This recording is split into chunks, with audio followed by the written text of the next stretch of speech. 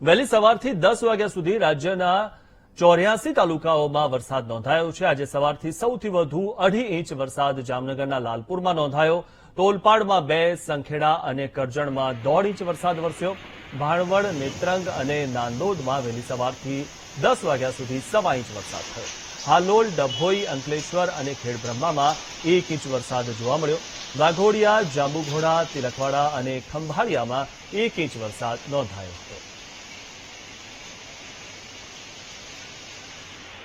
તો કરજણમાં 1.5 ઇંચ વરસાદ થયો। 10 વાગ્યા સુધીનો જે સાર્વત્રિક વરસાદ પડ્યો તેની વાત કરીએ તો ભાણવડમાં 1.25 ઇંચ વરસાદ થયો છે। નેત્રંગમાં 1.25 ઇંચ વરસાદ થયો છે। અત્ર સર્વત્ર વરસાદ જોવા મળી રહ્યો છે। નાંદોદમાં 1.25 ઇંચ વરસાદ થયો છે। 10 વાગ્યા સુધી ક્યાં કેટલો વરસાદ પડ્યો તેની વાત કરીએ। હાલોલમાં 1 ઇંચ વરસાદ પડ્યો છે। તો ડભોઈમાં 1 ઇંચ વરસાદ પડ્યો છે। 10 વાગ્યા સુધીના આ આંકડા સામે આવ્યા છે। અંકલેશ્વરમાં 1 ઇંચ વરસાદ થયો છે।